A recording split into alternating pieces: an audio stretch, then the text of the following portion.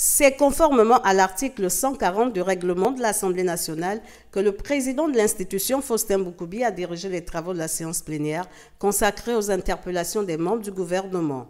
8 ministres au total soumis à cet exercice républicain, le deuxième du genre de l'année 2022, se sont succédés au podium afin d'apporter des éclairages aux préoccupations soulevées par les élus du peuple, des préoccupations liées à la vie politique, économique et sociale du pays. Le décor planté, le député du deuxième siège du département La Basse-Banue, Angélique Ngoma, ouvre le débat. La loi numéro 9/2016 du 5 septembre 2016 fixant les quotas d'accès des femmes et des jeunes aux élections politiques et celui des femmes aux emplois supérieurs de l'État avait été adoptée et promulguée. Qu'est-ce qui justifie le retard dans la prise des textes d'application par le gouvernement? Devant l'auguste Assemblée, le ministre d'État, ministre de l'Intérieur, Lambert Noël Mata, a reconnu l'importance de ce texte très attendu par les femmes et les jeunes, en dépit de leur présence remarquable dans les sphères décisionnelles ces 10 dernières années. Pour le membre du gouvernement, la loi sur les quotas est en phase avec la vision du chef de l'État Ali Bongo Ondimba. Notre pays, le Gabon, connu pour sa politique avant-gardiste en matière de promotion du genre et des jeunes, présente à ce jour un schéma statistique pour le moins satisfaisant. Sur les élections politiques, obligation pour les partis politiques au respect des exigences des quotas fixés par la loi.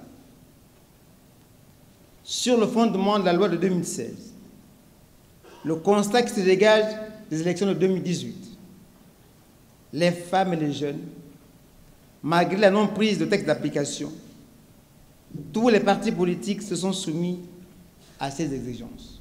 Des questions axées sur la situation économique du Gabon, caractérisée par une flambée des prix à la consommation et des biens et services, formulées par les honorables députés Bonaventure Dzigou Monfumbi et Alexandre Gilbert Avassi, ont constitué l'un des temps forts de cette rencontre.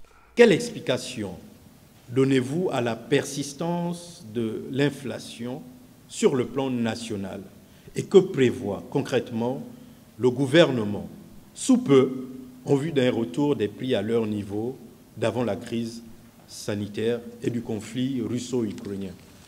Cette épineuse question de la vie chère au Gabon touche toutes les couches sociales. Pour cela, le ministre en charge de l'économie et de la relance a décliné les actions et les stratégies envisagées par son département en vue de soulager le panier de la ménagère.